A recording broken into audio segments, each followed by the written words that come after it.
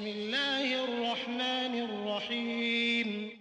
شروع اللہ کے نام سے جو بڑا مہربان نہایت رحم والا ہے.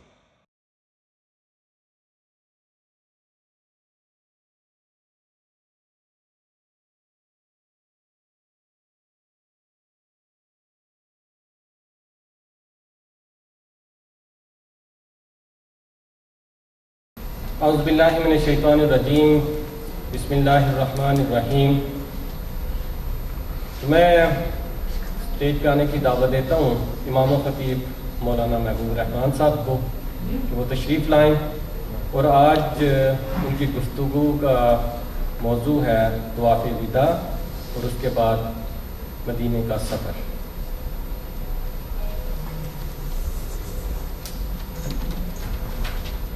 السلام علیکم ورحمۃ اللہ وبرکاتہ.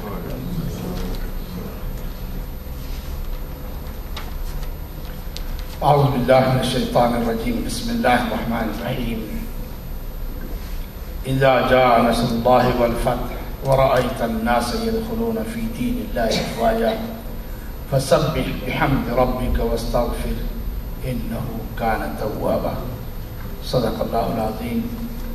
قال النبی صلی اللہ علیہ وسلم العبرۃ بالخواتیم. وقال صلی اللہ علیہ وسلم من زار قبری کأنہ زارنی، او کما قال علیہ الصلوۃ والسلام. حضرات، وداع کہتے ہیں رخصت ہونے کو، جدائی کو. کسی جگہ کو چھوڑ دینے، کسی چیز کو چھوڑ دینے کو، جس طرح خود قرآن میں آیا ہے. اللہ کریم فرماتے ہیں وَالضُّحَىٰ وَاللَّيْلِ إِذَا سَجَىٰ مَا وَدَّعَكَ رَبُّكَ وَمَا قَلَىٰ. تیرے رب نے تجھے چھوڑا نہیں ہے، وہ نہ ناراض ہوا ہے. تو کسی جگہ کو، کسی چیز کو، کسی کام کو چھوڑنے کا نام وداع ہے. اپنے اہل و عیال سے آدمی جدا ہوتا ہے تو وداع ہوتا ہے. بیت اللہ جس کے لیے بڑے شوق سے بھی تیاریاں ہیں، وہاں جس غرض سے حاضری ہے وہ اللہ کے فضل و کرم اور اس کی توفیق سے جو کام کرنے ہیں وہ کر لینے کے بعد دور کے مسافر جب واپس ہونے لگتے ہیں تو ان پر اس حق گھر کا پھر حق بنتا ہے کہ وہ اس کا طواف کر کے آئیں. اس سے جدا ہوتے وقت اس سے ملاقات کر کے آئیں. اب جو حضرات گئے ہیں،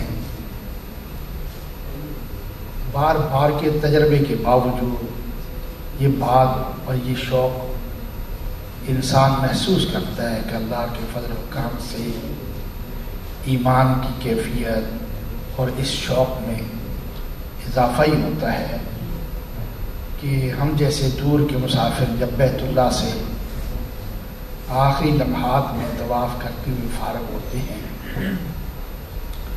سچی بات ہے کہ انسان اپنے ماں باپ سے جدا ہوتے وقت اتنی تنگی محسوس نہیں کرتا جیسے کہ اللہ کے گھر سے.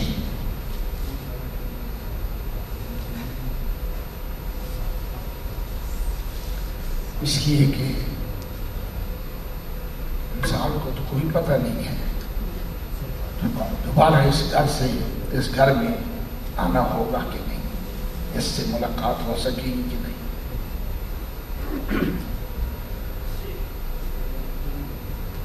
طواف وداع واجب ہے، یعنی یہ کیے بغیر وہاں سے رخصتی کی اجازت نہیں ہے. ہاں وہ خواتین جو شرعی طور پہ معذور ہوں ان سے یہ ساقط ہو جاتا ہے.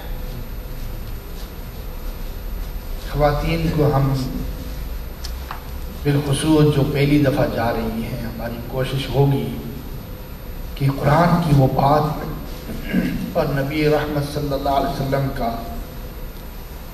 عورتوں پر، پوری دنیا کی عورتوں پر جو احسان ہے، اس کا وہ ٹھکانہ بھی ہم بتائیں کہ جہاں باپ اپنی بچی کو لے جا کر گڑا کھود کے زندہ بچی کو اس میں کاٹتا ہے، تو ایک احاطہ سا بنا ہوا ہے۔ اللہ کے کتنے کرم ہیں حضور کے ذریعے سے خواتین پر۔ تو جو خواتین ان دنوں میں اگر شرعی طور پہ اپنی اس ماہانہ بیماری میں مبتلا ہوں تو ان کو تو اجازت ہے کہ وہ طواف کیے بغیر وہاں سے نکلے، لیکن باقی کسی کو اجازت نہیں ہے کہ وہ اللہ کے گھر کا طواف کرتے ہوئے رخصتی طواف کرنے کی بجائے ویسے ہی نکل آئے۔ آگے کا سفر ایسا ہی شوق کا سفر ہے، بلکہ اس سے کہیں بڑھ کر شوق ہوتا ہے کہ جس نبی نے ہمیں اس راستے پہ ڈالا ہے، آگے پھر ان کی بارگاہ میں حاضری کا شوق ہوتا ہے۔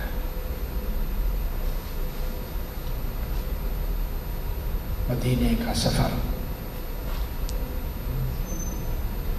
بڑی احتیاط کا سفر بھی ہے اور بڑی بے خودی کی کیفیت کا سفر بھی ہے۔ کہنے والے نے بالکل صحیح کہا ہے۔ فارسی کا ایک شعر کا مصرع ہے، با خدا دیوانہ باشو با محمد ہوشیار۔ اللہ کے ساتھ بات کرنی ہو تو دیوانے بن کے کرو۔ اللہ قبول بھی کرتا ہے، بلکہ فخر بھی کرتا ہے، خوش بھی ہوتا ہے، ناراض نہیں ہوتا۔ لیکن با محمد ہوشیار، محمد کی بارگاہ میں حاضری ہو تو بڑی ہوش مندی کے ساتھ جانا پڑتا ہے۔ اور یہ ہوش مندی اس لیے ضروری ہے کہ وہاں ذرا سی بھی گستاخی، ذرا سی بھی اللہ برداشت کرتا ہے بالکل، لیکن محمد کی بارگاہ میں گستاخی ہو جائے تو اللہ برداشت نہیں کرتا۔ اس لیے بہت ہی احتیاط کا سفر ہے۔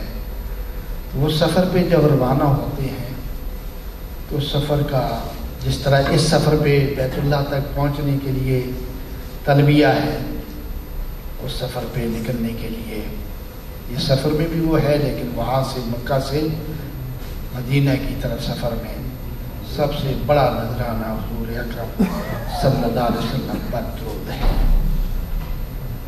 اپنے اندر باہر کا جائزہ لے کر حضور اکرم صلی اللہ علیہ وسلم کے احسانات کا اندازہ کر کے درود کا نذرانہ پیش کرتے ہوئے وہاں سے نکلنا ہوتا ہے۔ یہ پیغام دیتے ہوئے بیت اللہ کو کہ تیرے نبی کو لوگوں نے مجبور کیا، نکلتے ہوئے حضور اکرم صلی اللہ علیہ وسلم روتے ہوئے بیت اللہ سے جب جدا ہوئے ہجرت کے پہلے دن، حضور صلی اللہ علیہ وسلم نے روتے ہوئے کہا کہ اللہ کے گھر، خدا کی زمین پر تجھ سے زیادہ پیارا مجھے کوئی اور نہیں ہے، لیکن یہاں کے باشندوں نے میرا یہاں جینا حرام کر دیا ہے، اس لیے میں اپنے رب کی اجازت سے تجھے چھوڑے جا رہا۔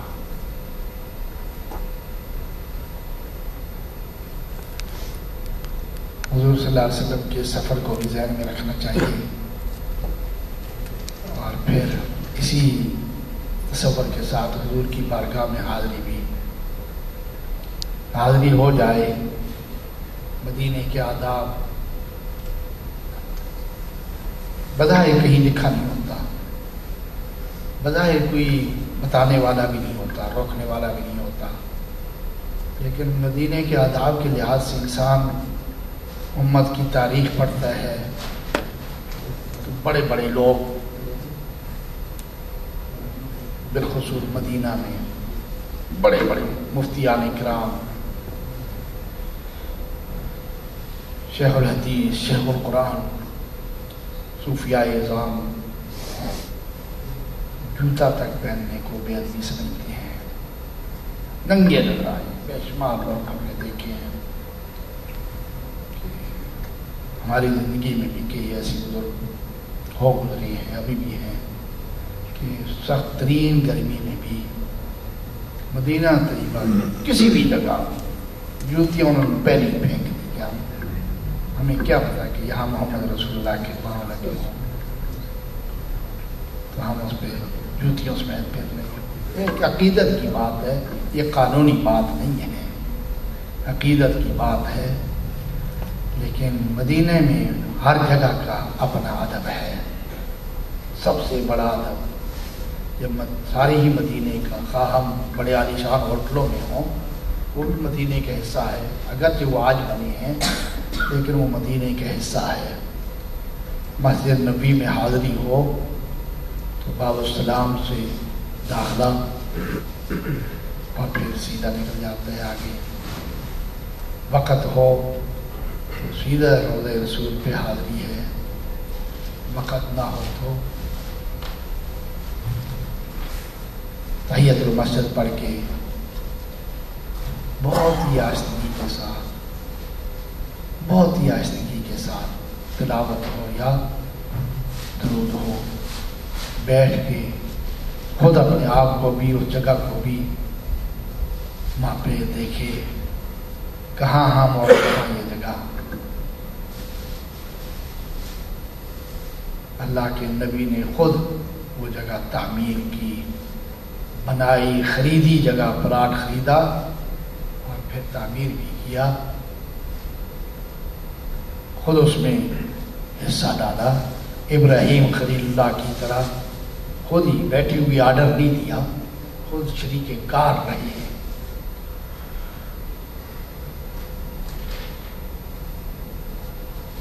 اور اس کو پھر 2 مسجدوں میں سے تیسری قرار دیا کہ بیت اللہ میں اگر ایک نماز کی کا اجر و ثواب 1 لاکھ ہے تو مسجد نبوی میں 1000 سے 50,000 ہے۔ مسجد حاضہ کہا کہ 3 مسجدیں ہیں جن کی طرف کوئی نیکی کے تصور اور نیت کے ساتھ ان 3 کے سوا کسی اور جگہ کا مسلمان ارادہ نہیں کر سکتا، یعنی نیکی اور اجر و ثواب کی نیت سے ان 3 جگہوں کے لیے مسلمان جا سکتا ہے، بیت اللہ، مسجد نبوی اور مسجد اقصی، بس۔ اور کسی اور جگہ، کوئی اور جگہ ایسی مقدس نہیں ہے، متبرک نہیں ہے جس سے برکت حاصل کرنے کے لیے اور اجر پانے کے لیے ایسی کوئی سفر ہی اس لیے کرے۔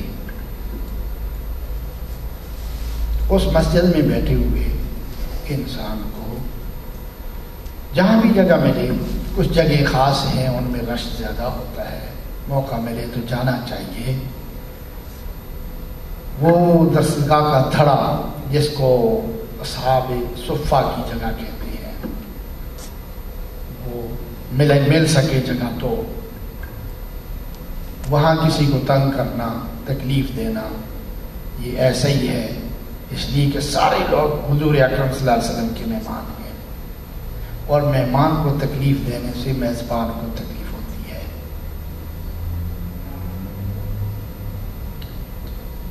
اصحاب صفہ کی اس درسگاہ پہ جہاں استاد، مدرس، پڑھانے والے، امام الانبیاء ہیں، وہاں اگر ممکن ہو تو تلاوت کے لیے کچھ دیر بیٹھنا چاہیے۔ دوسری اہم ترین جگہ حضور صلی اللہ علیہ وسلم نے فرمایا کہ ما بین بیتی و منبری روضۃ من ریاض الجنہ، میری رہائش دنیا میں بھی وہ رہائش تھی اور اب بھی وہی رہائش ہے۔ حضرت عائشہ والا کمرہ وہ حضور کی رہائش، اس کو حضور نے رہائش کہا، فرمایا کہ میری رہائش اور میرا ممبر جہاں رکھا ہوا ہے اس کے درمیان کی ساری جگہ ریاض الجنہ ہے، جنت کا باغ ہے، جنت کا حصہ ہے۔ اور فرمایا حوض ممبری علی حوض کوثر، کہ میرا ممبر حوض کوثر کے اوپر ہے۔ جہاں میدان حشر میں حضور صلی اللہ علیہ وسلم امت کو پانی پلائیں گے. فرمایا میرا ممبر اس کے اوپر رکھا ہوا ہے. تو اس ریاض الجنہ میں موقع مل سکے خواتین کو ایک انداز میں وہ داخل کرتے ہیں, مردوں کے لیے دوسرے راستے ہیں اور دوسرے انداز میں. تو وہاں خواہش ہوتی ہے اور ہونی بھی چاہیے کہ آدمی کو جتنا وقت ملے, لیکن پھر وہی بات ہوگی کہ ایک آدمی وہاں جانے کے بعد اسے موقع مل گیا ہے تو وہ لمبی نماز میں لگا ہوا ہے, لمبے سجدے میں لگا ہوا ہے. یہ بڑی اچھی بات ہے, لیکن اگر اس کی لمبی نماز سے دوسرے ہزارہ لوگوں کو تکلیف ہو رہی ہے تو اس نماز کا کوئی فائدہ نہیں ہے. آپ کو چند لمحے, چند سیکنڈ ہی اگر وہاں موقع مل گیا ہے تو ادب کو ملحوظ رکھتے ہوئے وہاں سے نکل جائیں. کسی اور کے لیے کسی بھی لحاظ سے ذہنی یا جسمانی تکلیف کا ذریعہ یہ زیادہ بہتر ہے بنسبت اس کے کہ ہم کھڑے ہیں, ہم بیٹھے ہیں اور دوسرے لوگ بیچارے انتظار میں ہیں. روضہ رسول کے سامنے حاضری کے آداب اور مزید بڑھ جاتے ہیں, کیونکہ انسان کی کیفیت بھی وہاں اور زیادہ تیز ہو جاتی ہے. لیکن وہی بات ہے کہ نفل گم کردہ میں آیا جنید و با یزید ہی جا. یہاں آنے کے آداب تو ایسے ہیں کہ جنید بستامی, جنید بغدادی اور شیخ بستامی دم گھٹے ہوئے وہاں حاضری دیتے ہیں, اس لیے کہ قرآن کہتا ہے لا ترفعوا اصواتکم فوق صوت النبی, نبی کی آواز سے تمہاری آواز اونچی نہیں ہونی چاہیے. اور اگر ہو گئی تو اللہ پہلے سے بتا رہا ہے ان تحبط اعمالکم وانتم لا تشعرون, تمہارے سارے اب تک کے کیے ہوئے اعمال ضائع ہو جائیں گے اور تمہیں پتہ بھی نہیں چلے گا. اس لیے وہاں زیادہ احتیاط کی ضرورت ہوتی ہے کہ کئی سادہ لوگ, سادہ ہی کہہ سکتے ہیں, کہ زیادہ اونچی آواز کرنے کی کوشش کرتے ہیں کہ حضور کو سنائیں. بھائی آپ دل میں کریں گے, زبان سے کریں گے, آپ کے کان تک بھی آواز نہ پہنچے, لیکن خدائی لائٹ نظام آپ کی اندر کی ہلتی ہوئی زبان کے الفاظ اور مفہوم کو بھی وہاں منتقل, آپ کو شور کرنے کی کیا ضرورت ہے. ایک تو یہ بات. دوسری بات یہ کہ سوراخ ہوتے ہیں, دیکھا ہو ابھی نہیں دکھایا, سوراخ ہیں, 3 سوراخ پہلے ہیں, پھر 3 سوراخ بعد میں ہیں. وہ سوراخ نشانی ہیں. بڑا سوراخ ہے حضور صلی اللہ علیہ وسلم کے قبر کے سامنے ہے, اس سے اگلا سوراخ حضرت ابوبکر کا اور اگلا حضرت عمر کا. حضور صلی اللہ علیہ وسلم کے قدموں کے قریب کہیں حضرت ابوبکر کا سر ہے, حضرت ابوبکر کے قدموں یا گھٹنوں کے قریب حضرت عمر کا سر ہے. قبر نیچے ہے, بہت نیچے ہے. وہ تو نور الدین زنگی نے جب اس کو ارد گرد سے سیسا پلائی ہوئی دیوار بنا کے کیا تو اوپر بھی وہ سیسا چڑھا دیا. نہیں, اب قبر جس کو قبر کہتے ہیں, ڈائریکٹ حضور کی قبر جو بادشاہ جاتے ہیں نا, جن کو خاص زیارت کرائی جاتی ہے, وہ تو نور الدین کے بعد کسی کے بس میں نہیں ہے اور کسی نے بھی کی نہیں دیکھی. اوپر ہی کا ڈھانچہ دیکھتے ہیں, باہر سے دیکھے یا اندر سے دیکھے. ہم جب پچھلی دفعہ سرکاری دعوت پہ وہاں گئے تو دکھایا گیا کچھ علماء کے اس تقاضے پر, تو وہی انداز ہے کہ آپ اندر جائیں یا باہر سے دیکھیں, کوئی قبر تو ہے نہیں ہے اوپر, وہ تو سارا ایسا کیا ہوا ہے. جھانکنے کی کوشش کرتے ہیں لوگ, ان سوراخوں سے جھانکنے کی کوشش کرتے ہیں, وہ تو چمٹنے کی بھی کوشش کرتے ہیں نا, کہ کیا کہتے ہیں پنجابی میں ہے نا,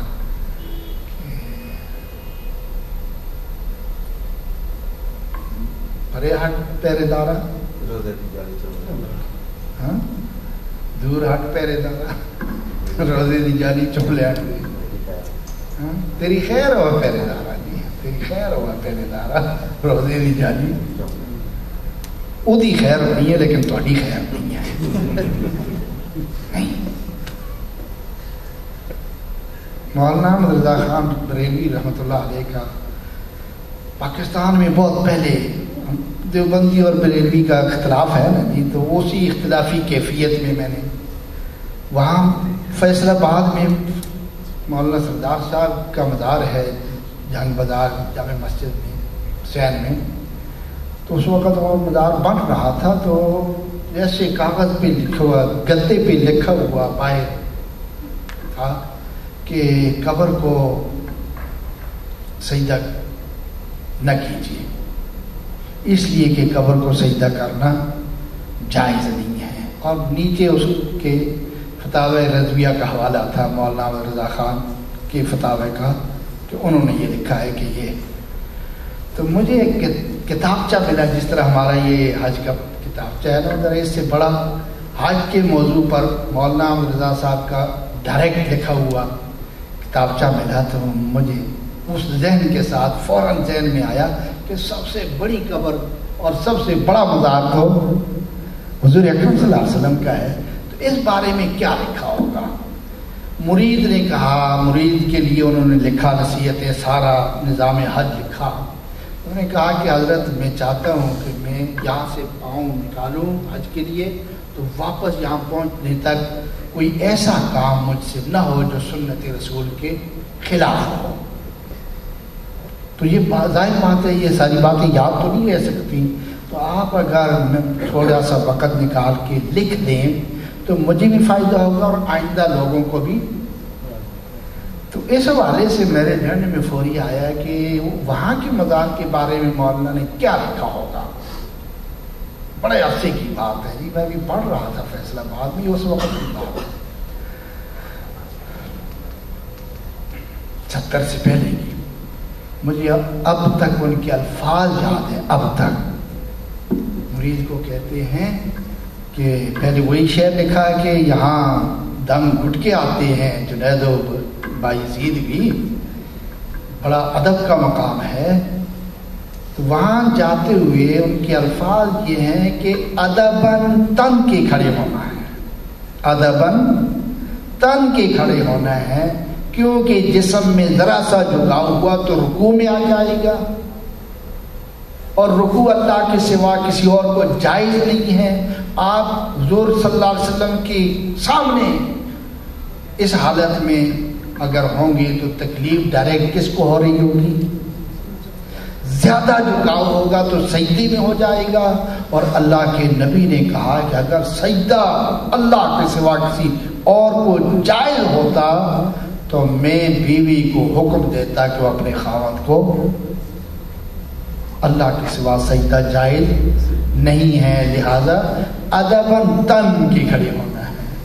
آپ تیری خیر ہوئے پہرے دارا جالی نو چوم دے جان دے بات اپنی جگہ کوئی کسی کی ضد میں مقابلے میں بھی کرے اور کہے تو اب اور بات ہے لیکن پہرے دار خیریت سے ہوگا اور اس طرح کا کام کرنے والے اپنے ہی. تو وہ سوراخ جو ہیں وہ پہلے سوراخ ویسے ہی ہیں. مجھے نہیں معلوم کہ وہ کیوں ہیں لیکن بڑے سوراخ بعد میں اور اوپر لکھا ہوا ہے اوپر لکھا ہوا ہے بول کہ یہ ہے حضور اکرم صلی اللہ علیہ وسلم کی قبر کی ڈائریکشن.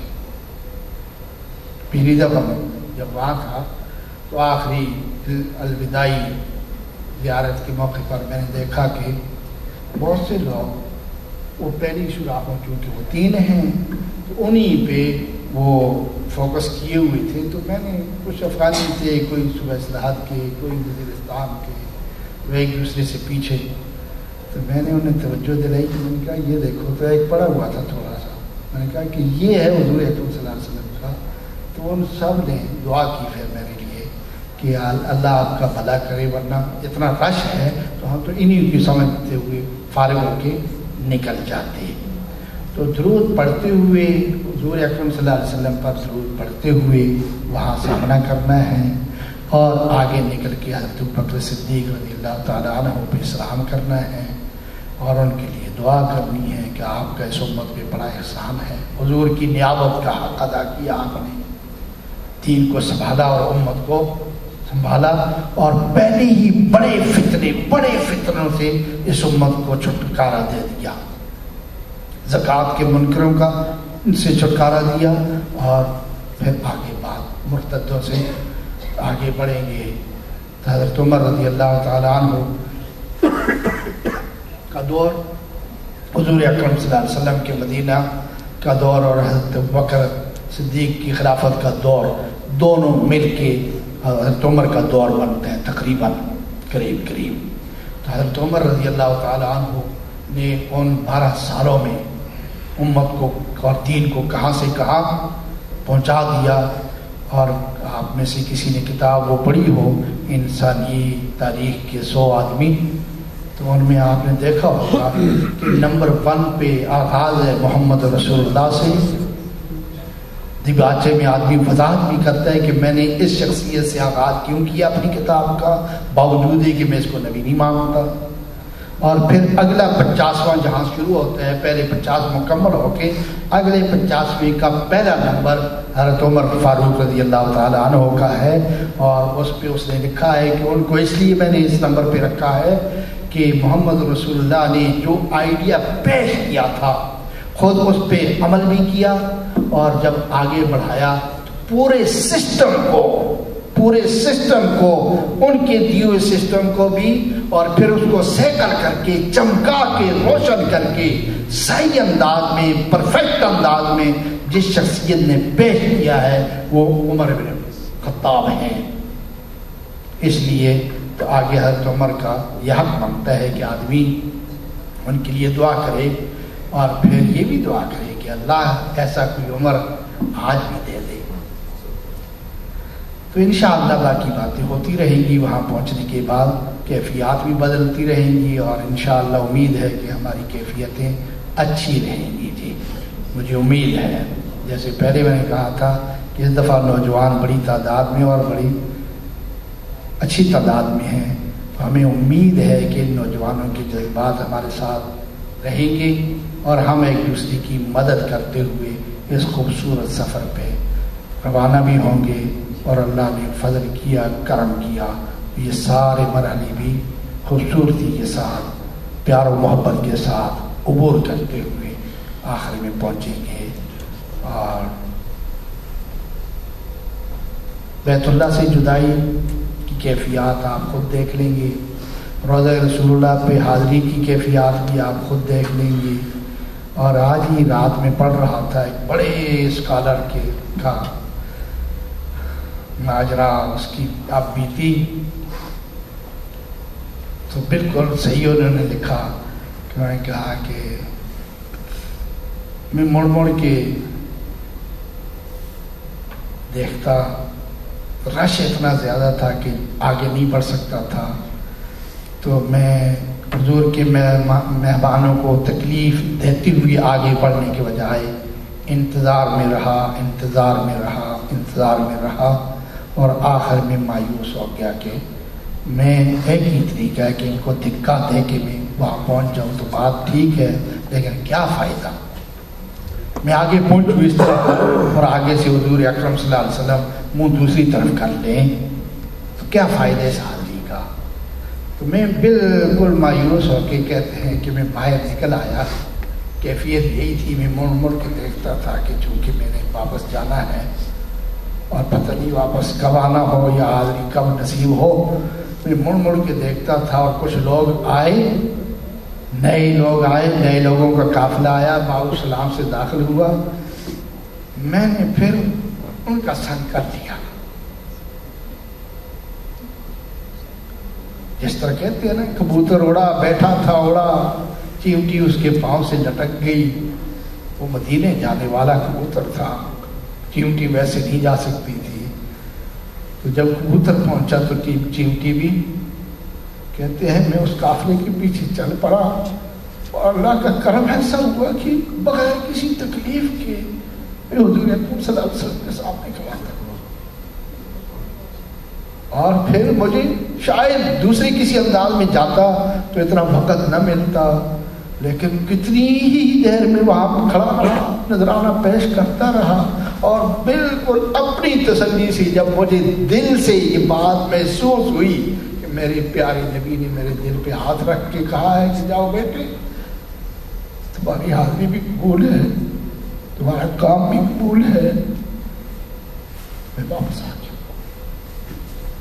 اللہ تعالیٰ سے دعا ہے کہ ہمارے سفر کو اپنی رضا کا سفر بنائے، اس میں سفر کا حق ادا کرنے کی توفیق عطا فرمائے، ہر جگہ کے آداب کو خود ہر ایک کو ادا کرنے کا شوق عطا فرمائے۔ اللہ تعالیٰ ان کو بھی اجر عظیم عطا فرمائے جنہوں نے اس سفر کے لیے انتظام کیے ہیں، اب تک اس سفر پہ گئے ہیں، آئندہ آنے والوں کو اللہ تعالیٰ اس سفر کی سہولتیں نصیب فرما دے۔ جزاکم اللہ۔ اللہ تعالیٰ سے دعا ہے کہ ہمارے اندر کسی بھی قسم کا نہ آپس میں نہ کسی اور کے لیے کوئی ایسا فتنہ پیدا ہو، اللہ تعالیٰ معاف فرمائے کہ جو ہمارے سفر کے لحاظ سے ہمارے لیے نقصان دہ ہوگی۔ جزاکم اللہ خیر۔